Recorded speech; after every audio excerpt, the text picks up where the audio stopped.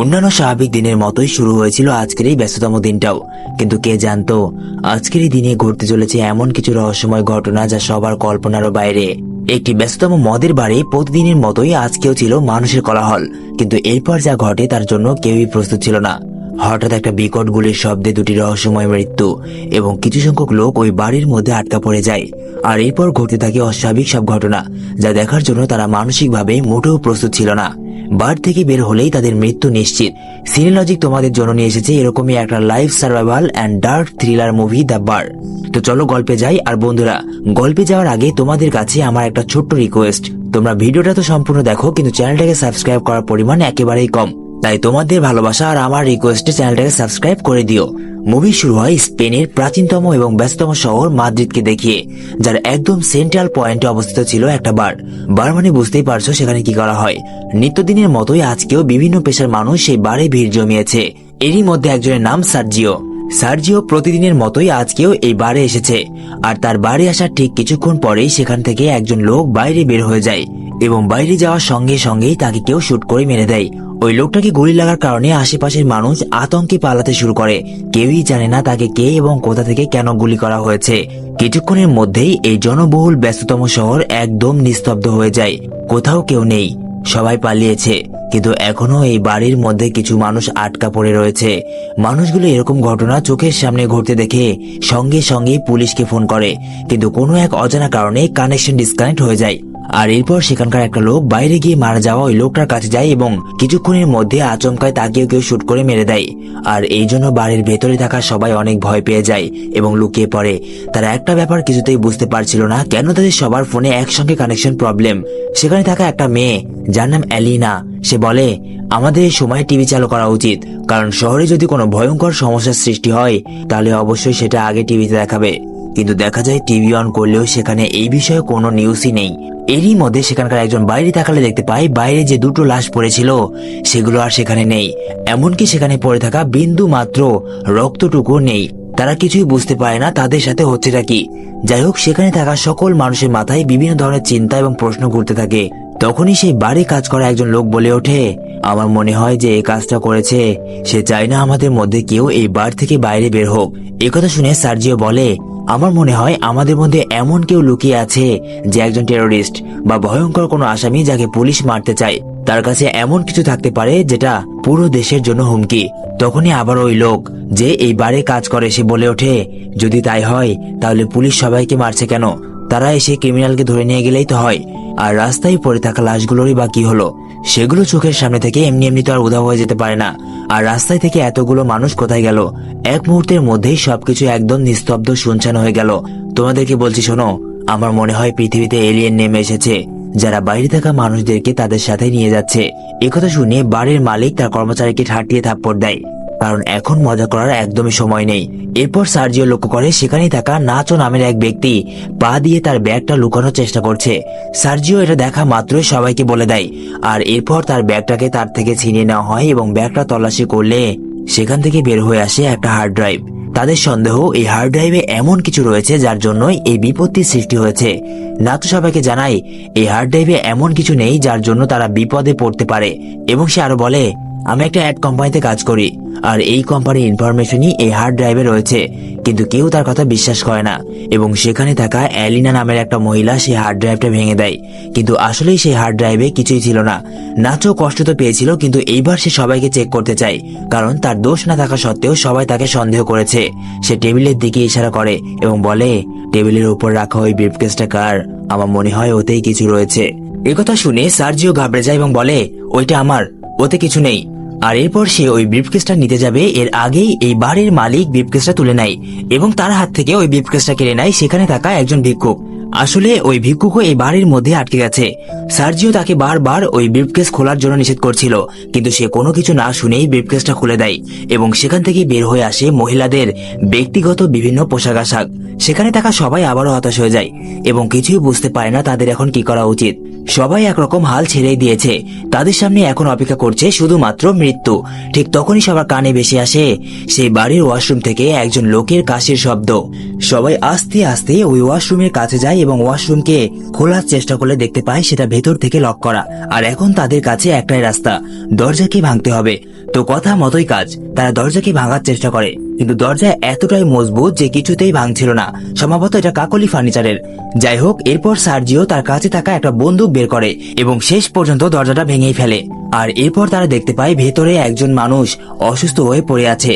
তার সম্পূর্ণ শরীর কেমন যেন ফুলে গিয়েছিল, দেখে মনে হচ্ছে সে গভীর কোনো রোগে আক্রান্ত। আসলে এই লোকটি সকালে এই বারে এসেছিল এবং বাথরুমে আসলে অসুস্থ হয়ে পড়ে এবং তখন থেকে এখানেই পড়ে রয়েছে। এবং তার কাছে পড়েছিল একটা ইনজেকশন, যেটা দেখে বোঝা যাচ্ছে সে এই ইনজেকশনটা তার শরীরে পুশ করেছে। এলিনা তার কাছে যায় এবং সেই ইনজেকশন তুলে নিয়ে দেখতে থাকে। এরই মধ্যে হঠাৎ করে বাইরে থেকে গাড়ির শব্দ আসে, যার জন্য সেখানে থাকা সবাই তাড়াহুড়ো করে বাইরের দিকে যেতে থাকে। তারা যখন দরজার কাছে আসে তখন দেখতে পায় কিছু আর্মি অফিসাররা অদ্ভুত ধরনের স্যুট পরে আছে এবং তাদের বাড়ির সামনে কিছু টায়ার্সে আগুন ধরিয়ে দেয় এবং সেখান থেকে চলে যায়। কিন্তু তারা মনে করেছিল হয়তোবা তারা তাদেরকে উদ্ধার করতে এসেছে, কিন্তু এরকম কিছুই না। এরপর বাড়ির মধ্যে চলতে থাকা টিভিতে হঠাৎ করে ব্রেকিং নিউজ আসে। সেটা হচ্ছে মাদ্রিদ শহরে একটা স্থানে ভয়ানকভাবে আগুন ধরে গেছে, আর এই জন্য শহরের এই অঞ্চলকে সিল করে দেওয়া হয়েছে। কেউ চাইলে এখন আর সেই শহরে যেতে পারবে না। বাড়ির মধ্যে থাকা সবাই এই নিউজগুলো দেখছিল এবং ভাবছিল কেন সরকার এরকম মিথ্যা নিউজ ছড়াচ্ছে। এরই মধ্যে বাথরুমে পড়ে থাকা ওই লোকটা বাথরুম থেকে বাইরে চলে আসে এবং তারা সবাই পেছন ফিরে দেখতে পায় ওই লোকটা তাদের সামনে দাঁড়িয়ে আছে। তাকে দেখতে অনেকটা অদ্ভুত এবং ভয়ঙ্কর লাগছিল। তার সম্পূর্ণ শরীর কেমন যেন অদ্ভুত ভাবে ফুলে গিয়েছিল, চোখগুলো মনে হচ্ছে বাইরে চলে আসবে এবং এক অদ্ভুত শুভ্র বর্ণ ধারণ করেছিল। দেখে মনে হচ্ছে কোনো জম্বি তাদের সামনে দাঁড়িয়ে আছে। কিছুক্ষণের মধ্যেই সে সেখানেই পড়ে যায় এবং তার মৃত্যু হয়। মৃত্যুর আগে সে বলে, ডোন্ট টাচ মি, আমাকে স্পর্শ করো না। সেখানে থাকা কেউই তার কথার মানে বুঝতে পারে না। এক পর্যায়ে নাচো তার ফোনটা উঠিয়ে নেয় এবং জানতে পারে এই লোকটা একজন আর্মি অফিসার এবং সে তার ফোনে আরো কিছু ছবি দেখতে পায় যেখানে কিছু লোক পিপিই কিট পরে আছে। পিপিই কিট হলো পার্সোনাল প্রোটেক্টিভ ইকুইপমেন্ট। এটা এমন একটা স্যুট যেটা বিভিন্ন ভাইরাস অথবা বিষাক্ত পরিবেশ থেকে নিজেকে রক্ষা করার জন্য পরা হয়, কিন্তু পরিবেশের এখনো এতটা অধপতন হয়নি যে এই ধরনের পোশাক পরিধান করতে হবে। এর মানে অবশ্যই কোন ভাইরাস থেকে বাঁচার জন্যই তারা এই ধরনের পোশাক পরেছিল, আর এই ব্যক্তিও এদের মধ্যে একজন। আর এখন তারা পরিষ্কার বুঝতে পারে যে তাদের এই অঞ্চলকে কোয়ারেন্টাইন করে দেওয়া হয়েছে, আর এটা হয়েছে এই লোকের জন্য। আসলে এই লোকটা এমন জায়গাতে কাজ করত যেখানে চারিদিকে ভাইরাস ছড়িয়ে পড়েছিল এবং শেষ পর্যায়ে সেও সেই ভাইরাসেরই শিকার হয়। আর এখন এই বাড়ি থাকা সবাই ভয় পেতে শুরু করে, কারণ তাদের মনে হচ্ছিল তারাও এই ভাইরাসে ইনফেক্টেড হয়ে গেছে। এদিকে নাচো এবং এলিনা মোবাইলে নেটওয়ার্ক ধরানোর চেষ্টা করে এবং এক পর্যায়ে নাচো একটা টেবিলের ওপর উঠলে তার ফোনে নেটওয়ার্ক চলে আসে, আর এই কথা সে সবাইকে জানায়। সেখানে থাকা সবাই তাকে বলে এমন কাউকে ফোন করো যে মিডিয়ার সাথে কাজ করে এবং তাদেরকে জানাও যে আমরা এখনো জীবিত রয়েছি, তারা যেন আমাদেরকে উদ্ধার করে। কিন্তু নাচো কাউকে ফোন করার আগেই এই বাড়ি যে কাজ করতো সে তার থেকে এই ফোনটা কেড়ে নিতে চায় এবং বলে ফোনটা আমাকে দিয়ে দাও, আমি আমার চেনা জানা একজনকে ফোন করব। আর এই জন্য দুজনের মধ্যে ফোন নিয়ে হাতাহাতির সময় টেবিল ভেঙে দুজনের নিচে পড়ে যায়। এগুলো দেখে সেখানে থাকা এক ভদ্রলোক নাচোকে বলে এই ফোনটা আমাকে দিয়ে দাও, কিন্তু বাড়ির মালিক ভদ্রলোককে ফোনটা নিতে নিষেধ করে এবং বলে ওই ফোনটা স্পর্শ করো না, কারণ ওই ফোনটা ওই ব্যক্তির যে এই ভাইরাসে মারা গেছে। এমনও তো হতে পারে যে এই ফোনটা স্পর্শ করার সঙ্গে সঙ্গে তুমিও এই ভাইরাসে আক্রান্ত হয়ে যাবে।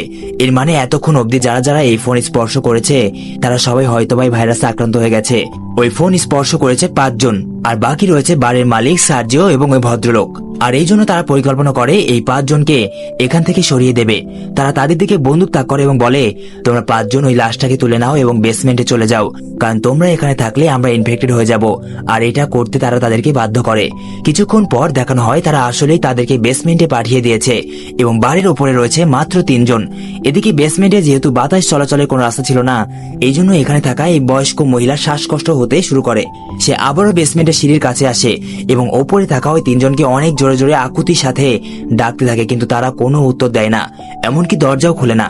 ঠিক তখনই ওই মহিলার হাত লেগে সেখানে থাকা কিছু মদের বোতল পড়ে ভেঙে যায় এবং দেখা যায় মদগুলো একটা নির্দিষ্ট দিকে বেয়ে যাচ্ছে। এবং কিছুক্ষণ পর তারা দেখতে পায় এখানে একটা ছিদ্র রয়েছে যেটা এই শহরের ম্যানহোলের সাথে কানেক্টেড, আর তারা চাইলে এপাশ দিয়ে এখান থেকে বের হতে পারে। সেখানে থাকা ভিক্ষুক এটা দেখা মাত্রই ওই ছিদ্রের উপরের ঢাকনা সরিয়ে দেয় এবং সেখান থেকে বের হওয়ার সিদ্ধান্ত নেয়। যদিও সেখানে থাকা অনেকেই এই সিদ্ধান্তকে সম্মতি দেয় না, কিন্তু ভিক্ষুক এপাশ দিয়ে বের হবেই। আর এই জন্য তারা সবাই এই ভিক্ষুকের শরীরে তেল মালিশ করতে থাকে যাতে সে খুব সহজেই এই ছিদ্র দিয়ে বের হতে পারে। কিন্তু চিন্তা করা যতটা সহজ, বাস্তবায়ন করা ঠিক ততটাই কঠিন। তার অর্ধেক শরীর তো ঢুকে যায়, কিন্তু বাকি অর্ধেক শরীর আর কোনো মতেই বের হতে চায় না। বাকিরা তাকে সাহায্য করছিল। ঠিক এরকম সময়ে ওপর থেকে গুলি করার একটা প্রকট শব্দ তাদের কানে ভেসে আসে। তারা সবাই চমকে ওঠে এবং লক্ষ্য করে দেখতে পায় ওপরের রুম থেকে বেসমেন্টের দিকে ধোঁয়া আসছে। এর মানে উপরে থাকা ওই তিনজনকে কেউ মেরে সম্পূর্ণ বাড়ি আগুন ধরিয়ে দিয়েছে। আর এখন যেহেতু চারিদিকে ধোঁয়া, তাই এখানে টিকে থাকা একেবারে অসম্ভব হয়ে পড়বে। তাই তারা সিদ্ধান্ত নেয় তারা ভিকুকে ওই ছিদ্র থেকে বের করবে। দেখা যায় ভিকুক এখনো ওই ছিদ্রতেই ফেসে রয়েছে। তারা সর্বপ্রথম তাকে সেখান থেকে বের করে এবং সেখানেই বসে চিন্তা ভাবনা করতে থাকে যে এখন তাদের কি করা উচিত হবে। কয়েক ঘন্টা পর আগুন পুরোপুরি নিভে গেলে তারা ওপরে আসে, কারণ বেসমেন্টের দরজাও এই আগুনে পুড়ে গেছে। আর এরপর তারা দেখতে পায় সম্পূর্ণ বারটা একদম আগুনে পুড়ে ছায়ে পরিণত হয়েছে এবং কিছু মানুষ বাড়ির বাইরে থেকে এই বারটাকে সিল করে দিচ্ছে। আর এই জন্য তারা চুপি সারে বাড়ির ভেতরে প্রবেশ করেছে, কারণ বাইরে থাকা ওই ব্যক্তিরা যদি জানতে পারে যে বাড়ির মধ্যে এখনো 5 জন জীবিত রয়েছে, তাহলে তারা আর তাদেরকে জীবিত রাখবে না। নাচও দেখতে পায় সেখানে সার্জিওর বন্দুকটা পড়ে আছে। সে ওই বন্দুকটা তার নিজের কাছে রেখে দেয়। যদিও ওই বন্দুকটা পুড়ে গেছে, কাজ করবে কিনা তার কোনো গ্যারান্টি নেই। এরই মধ্যে হঠাৎ করে সেখানে একটা ফোন বেজে ওঠে, আর এই ফোনটা ছিল ওই আর্মি অফিসারের, যে ভাইরাসে আক্রান্ত হয়ে মারা গেছে। এলিনা ওই ফোনটা তুলে নেয় এবং দেখে এটা এখনো সচল। আর এরপর সে ওই ফোনে থাকা বিভিন্ন মেসেজ এবং কল রেকর্ড চেক করতে থাকে। সে দেখতে পায় তাকে কেউ একজন জিজ্ঞাসা করেছে, তুমি কি ভ্যাকসিন নেওয়ার পর এখন সুস্থ আছো? উত্তরে আর্মি অফিসার বলে, না, আমার অবস্থা আরো বেগতিক হয়ে গেছে, আর এই জন্য আমি মাদ্রিদ শহরের একটা ওয়াশরুমে লুকিয়ে আছি। তোমার আমার কাছে আসার কোনো প্রয়োজন নেই। আর এরপর এলিনা আরো পুরনো চ্যাট লিস্ট পড়তে শুরু করে। আর এখানে তারা জানতে পারে ওই আর্মি অফিসারের কাছে এখনো 4টা ভ্যাকসিন অবশিষ্ট রয়েছে। আসলে তারা ওই ওয়াশরুমে যে ইঞ্জেকশন পরে থাকতে দেখেছিল ওইটা ভ্যাকসিন, কিন্তু তাদের চিন্তা ভাবনা ছিল অন্যরকম। তারা ভাবছিল আসলে যদি এই ভাইরাসের ভ্যাকসিন তৈরি হয়ে থাকে, তাহলে কেন এই আর্মি অফিসার মারা গেল, আর বাইরের সবাইকে এভাবে গুলি করে কেন মারলো, এবং কেনই বা এই বারকে সিল করে দেওয়া হলো। এরকম নানা প্রশ্ন তাদের মাথায় ঘুরতে থাকে। এরপর তারা আরো মেসেজ পড়লে জানতে পারে রিসেন্টলি এই ভ্যাকসিন একজনের শরীরে কাজ করেছে, আর এখন সে সম্পূর্ণরূপে সুস্থ। এলিনা এবং বাকি সবাই এই খবর শুনে অনেক খুশি হয়, কারণ তারা যদি এই ভাইরাসে সত্যি আক্রান্ত হয়ে থাকে তাহলে তারা এবারের মতো বেঁচে যাবে। কিন্তু তাদের প্রশ্ন, যদি এই আর্মি অফিসার ভ্যাকসিন নিয়ে থাকে তাহলে সে মারা গেল কেন? আর এর উত্তর তারা পায় আরো কিছু মেসেজ পড়ার পর, যেখানে বলা হয় এই আর্মি অফিসার 2 দিন যাবত অসুস্থ, আর এই জন্য তার শরীরে ভ্যাকসিনের খুব একটা প্রভাব পড়েনি। আর এরপর ওই ফোনটা আবারও বাজতে শুরু করে, মানে কেউ ফোন করেছে, কিন্তু ফোন রিসিভ করার আগেই ব্যাটারিতে চার্জ না থাকার কারণে ফোনটা সুইচ অফ হয়ে যায়। তারা নানাভাবে ফোনটাকে চালু করার চেষ্টা করে, কিন্তু কোনো কিছুতেই কাজ হয় না। হঠাৎ করে এলিনার মনে পড়ে বেঁচে যাওয়া ওই 4টা ভ্যাকসিনের কথা। সে এবং বাকি সবাই ওই আর্মি অফিসারের পুরো শরীর তল্লাশি করে, কিন্তু তার কাছে ওই ভ্যাকসিনটা ছিল না। এরপর তারা বেসমেন্টে যায়, কিন্তু সেখানে গিয়েও তাদের কোনো লাভ হয় না। আর এরপর তাদের মনে পড়ে ওয়াশরুমের কথা, কিন্তু ইতোমধ্যে ওই ভিক্ষুক ওয়াশরুমে পৌঁছে গেছে এবং ভ্যাকসিন নিয়ে বসে আছে। এলিনা তার থেকে ভ্যাকসিনগুলো চাইলে সে বলে, থামো, এখানে মাত্র 4টা ভ্যাকসিন রয়েছে, আর আমরা আছি 5 জন, তাহলে কিভাবে হবে? আমাদের মধ্যে একজনকে ত্যাগ স্বীকার করতে হবে, কিন্তু কে হবে সেই মহান ব্যক্তি? এসব কথা বলতে বলতেই ওই ভিক্ষুক একটা ভ্যাকসিন তার নিজের শরীরে পুশ করে দেয়। যদিও নাচো তার দিকে বন্দুক তাক করে তাকে নিষেধ করছিল, কিন্তু সে কারো কথাই শোনে না, আর এই জন্য নাচো তাকে মারতে থাকে। ভিক্ষুক নাচোকে মেরে তার থেকে তার বন্দুকটা কেড়ে নেয় এবং তাদের মধ্যে দেখানো হয় একটা মারাত্মক লড়াই, যে লড়াইয়ের কারণে ভিক্ষুকের হাত থেকে ওই ভ্যাকসিনগুলো বেসমেন্টে পড়ে যায়। আর এই জন্য ওই বেসমেন্ট থেকে একজন বয়স্ক মহিলা ভ্যাকসিনগুলো তুলতে যায়, কিন্তু দুর্ভাগ্যবশত তার হাত থেকে ভ্যাকসিনগুলো ওই ছিদ্র দিয়ে ম্যানহোলে পড়ে যায়। আর এখন তাদের মধ্যে কাউকে সেই ছিদ্র দিয়ে নিচে যেতেই হবে এবং ওই ভ্যাকসিনগুলো নিয়ে আসতে হবে। আর যেহেতু এখানে এলিনাই একমাত্র চিকন, তাই তাকে নিচে পাঠানোর সিদ্ধান্ত নেওয়া হয়। প্রথমে সে রাজি না হলেও পরবর্তীতে ভাইরাসের কথা ভেবে সে রাজি হয় এবং তাকে পাঠানো হয় ওই ছিদ্র দিয়ে ম্যানহোলে। সে অনেক কষ্ট করে ম্যানহোলে গিয়ে পৌঁছায়, যেখানে শুধুমাত্র নোংরা এবং আবর্জনা পড়েছিল, আর ভ্যাকসিনগুলো এখন তার হাতের নাগালে। নাচো ম্যানুয়ালের মধ্যে একটা ইলেকট্রিক তার পাঠিয়ে দেয় এবং বলে ভ্যাকসিনগুলোকে এই তারে বেঁধে দাও, কিন্তু এলিনাতে রাজি হয় না, কারণ সে ভালো করেই জানতো সে যদি ভ্যাকসিনগুলোকে ওপরে পাঠিয়ে দেয় তাহলে সে বাদে সবাই ভ্যাকসিনগুলো শরীরে ইনজেক্ট করে নেবে। এই জন্য সে সবাইকে একটা শর্ত দেয়। শর্তটা হলো, যদি তাদেরকে ভ্যাকসিন নিতে হয় তাহলে তাদেরকেও ম্যানুয়ালের মধ্যে আসতে হবে। আর এরপর ওপরে থাকা সবাই ওই ছোট্ট ছিদ্রটাকে বড় করার চেষ্টা করে। আর এদিকে এলিনা মেন হলের ভেতরে ঘোরাফেরা করতে থাকে এবং বাইরে বের হওয়ার রাস্তা খুঁজতে থাকে। এক পর্যায়ে এলিনা একটু দূরে সূর্যের আলো দেখতে পায়, এর মানে সেখান দিয়ে বাইরে বের হওয়া যাবে। কিন্তু এলিনা বাইরে বের হওয়ার আগে ওই ভ্যাকসিনগুলোকে সেখানে একটা দেওয়ালের মধ্যে লুকিয়ে রাখে এবং সেখানে থাকা ভ্যান্টিলেটর যেখান দিয়ে সূর্যের আলো এই ম্যানহোলের ভেতরে প্রবেশ করছে সেই ভ্যান্টিলেটর দিয়ে তাকালে দেখতে পাই বাইরে পুলিশ অফিসাররা দাঁড়িয়ে আছে এবং কিছু লোক ওই 3টা বডিকে আগুনে পুড়িয়ে ফেলছে যারা বাড়ির ওপরে থেকে গিয়েছিল। এদিকে দেখানো হয় নাচো সহ বাকিদেরকে যারা ওই ছোট্ট ছিদ্রটাকে বড় করে এখন ম্যানহোলে এসে পৌঁছেছে। আর এখানে আসার পর আবার নাচো এবং ওই ভিক্ষুকের মধ্যে লড়াই শুরু হয়। আর এইবার নাচো ওই ভিক্ষুকে গুলি করে দেয় এবং সেখানেই মেরে দেয়। আর এখন যেহেতু নাচোর কাছে বন্দুক রয়েছে তাই বাকি সবাই তাকে ভয় পেতে থাকে, কারণ যে কোনো সময় সে তাদেরকে গুলি করে মেরে দিতে পারে।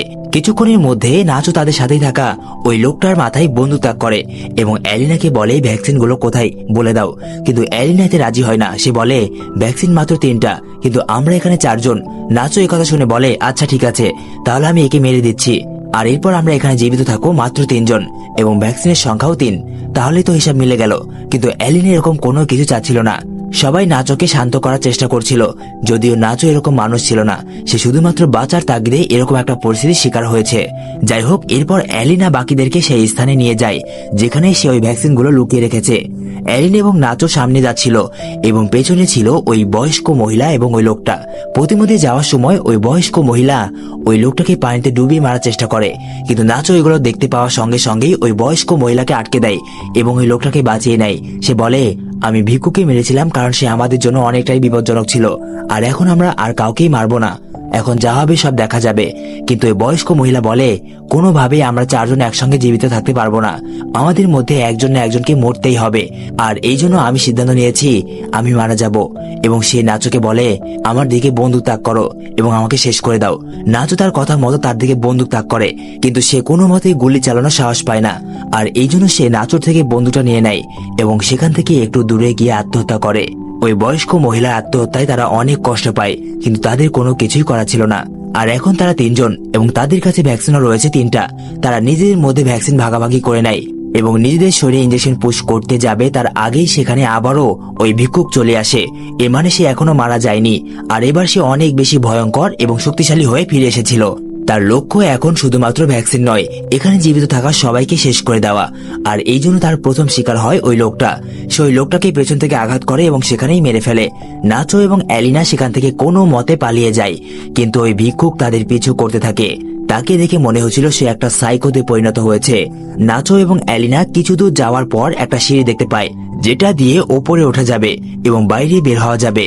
তারা কোনো কিছু না ভেবেই সেখানে উঠতে শুরু করে, কিন্তু ততক্ষণে ভিক্ষুক সেখানে চলে এসেছিল এবং তাদের পেছন পেছন সিঁড়িতে উঠতে থাকে। এরই মধ্যে এলিনার ভ্যাকসিনটা তার হাত থেকে ফসকে নিচে পড়ে যায়, আর এই দিকে ওই ভিক্ষুকটা নাচোর পা ধরে ফেলে এবং তাকে নিচের দিকে টানতে থাকে। নাচো নিচে পড়েই যাবে এর আগে সে তার ভ্যাকসিনটা এলিনাকে দিয়ে দেয় এবং এরপর সেখান থেকে নিচে পড়ে যায়। আর নিচে পড়ার সঙ্গে সঙ্গেই দুজনারই ভয়ানক মৃত্যু ঘটে। আর এরপর এলিনা ওই ভ্যাকসিনটা তার নিজের শরীরে পুশ করে এবং সেখান থেকে বাইরে বের হয়ে যায়। সে বাইরে বের হলে দেখতে পায় এটা রাস্তার একটা ম্যানহোলে ঢাকনা এবং রাস্তার কিছু দূরেই সম্পূর্ণ এরিয়াটাকে সরকার সিল করে দিয়েছে। আর এগুলো নিজের চোখে দেখছিল এলিনা। সে চুপি সারে এই ভিড়ের মধ্যে থেকে বেঁচে বের হয়ে যায়। আসলে এই মুভির একটা ব্যাক স্টোরি রয়েছে, এটা হচ্ছে এই যে ভাইরাসটা এই মুভিতে দেখানো হয়েছে এটা আসলে মানুষের তৈরি করা একটা ভাইরাস, যেটা এই দেশের সরকার তার শত্রুপক্ষের ওপর প্রয়োগ করার জন্য তৈরি করেছিল। কিন্তু দুর্ভাগ্যবশত এই ভাইরাসে আক্রান্ত হয়ে যায় এই দেশেরই একজন আর্মি অফিসার। এই ভাইরাসের ভ্যাকসিন তৈরি করাই ছিল, কিন্তু এই ভ্যাকসিন তার শরীরে কাজ করেনি কারণ সে আগে থেকেই অসুস্থ ছিল, আর এই জন্য তার মৃত্যু হয়ে যায়। আর যখন আর্মি অফিসাররা জানতে পারে যে ওই ইনফেক্টেড আর্মি অফিসার ওই বাড়ির মধ্যে রয়েছে, তখন তারা এই সম্পূর্ণ বারটাকেই পুড়িয়ে ফেলে যাতে করে এই ভাইরাস শহরে ছড়িয়ে পড়তে না পারে। তো এই ছিল আজকের অসাধারণ মিস্ট্রি মুভি। গল্পটা কেমন লাগলো কমেন্ট করে জানিয়ে দিও, আর তোমরা ভিডিওটা কে কোন জেলা থেকে দেখছো তা কমেন্টে লিখে দিও। ভিডিওটা ভালো লাগলে একটা লাইক করতে ভুলে যেও না, আর তোমাকে অগ্রিম দাওয়াত দিলাম আমার পরিবারের সদস্য হওয়ার জন্য, তাই সাবস্ক্রাইব করতেও ভুলে যেও না। দেখা হচ্ছে তোমার পছন্দের পরবর্তী কোনো মাস্টারপিস মুভিতে। ততক্ষণের জন্য বিদায়।